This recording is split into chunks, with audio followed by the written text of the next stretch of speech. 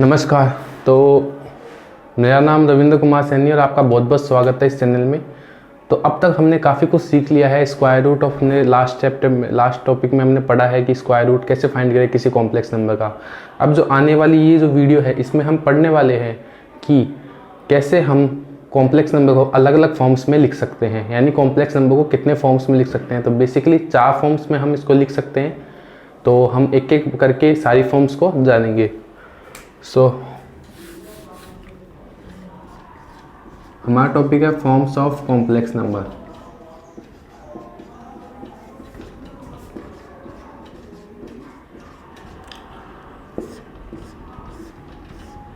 तो complex number को कितनी फॉर्म्स में लिख सकते हैं। तो पहली जो हमारी फॉर्म है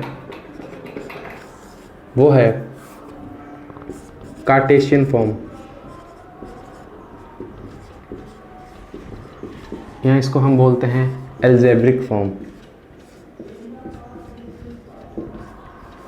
एल्जेब्रिक फॉर्म तो आपको सिंपली मालूम है कि z को हम a प्लस आयोटा b से लिख दें तो इसे हम एल्जेब्रिक फॉर्म कहेंगे। यानी जब आप इसको आर्गन प्लेन में लोकेट करेंगे तो आपका z कुछ इस प्रकार लोकेट होगा a, b, जहाँ पे हमारी ये नीचे वाली axis real and upper side वाली एक्सिस इमेजिनरी एक्सिस होगी। एंड ये जो a है ये डिस्टेंस होगी रियल एक्सिस से, एंड ये जो b है ये डिस्टेंस होगी इमेजिनरी एक्सिस से। और ये हमारा कॉम्प्लेक्स नंबर 0,0 यानी 0 + 0 आयोटा, एंड ये हमारा complex number z a + iota b।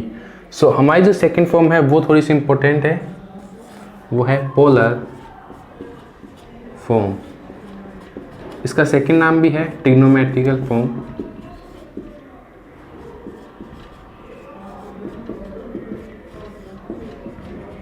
इसको थोड़ा हम अच्छे से पढ़ लेते हैं।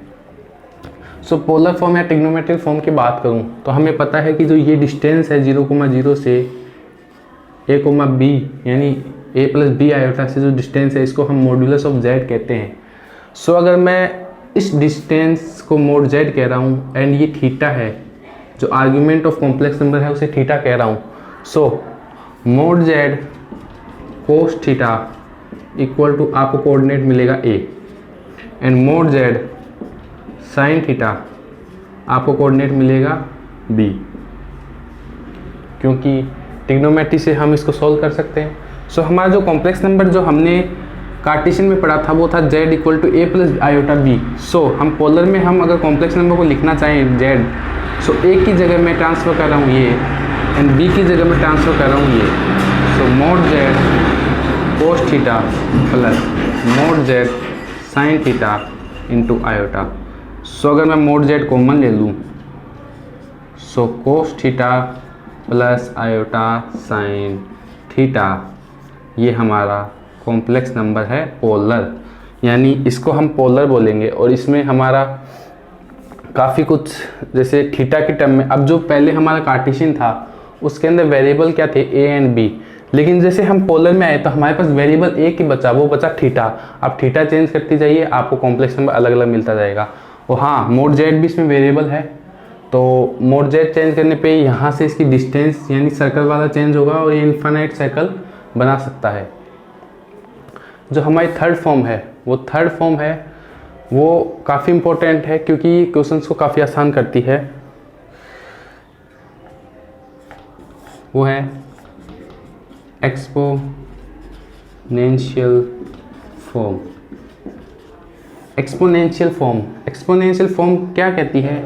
ये जो फॉर्म है हमारी पोलर फॉर्म, इसी को इसने एक नाम दिया e⁻θ, इसी को इसने एक्सपोनेंशियल फॉर्म कह दिया। अब इसमें हमारा जो वेरिएबल है ना वो केवल थीटा है, तो इसमें सिंपली आपको कुछ नहीं करना है, r e⁻θ। जो r है वो है मोड z और e⁻θ है कोस theta plus iota sine theta. इसका बेनिफिट हमें आगे देखने को मिलेगा डी मोवियस थ्योरम में। और हमारी जो फोर्थ फॉर्म है वो मैं यहाँ पे समझा देता हूँ, वो है वेक्टर फॉर्म।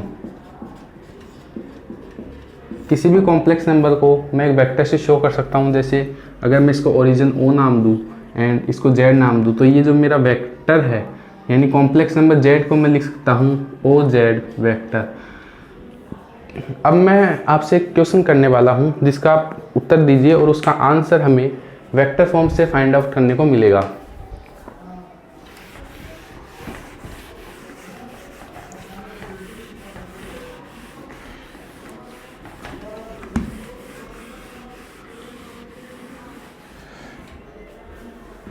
मेरा क्वेश्चन ये है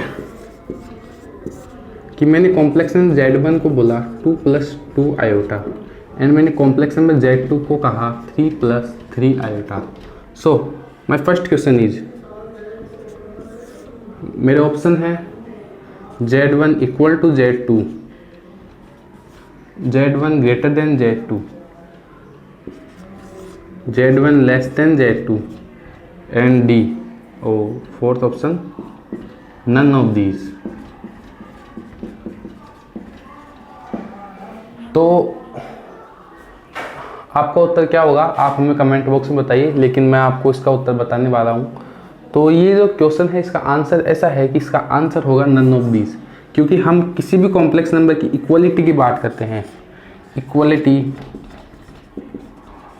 of complex number is defined and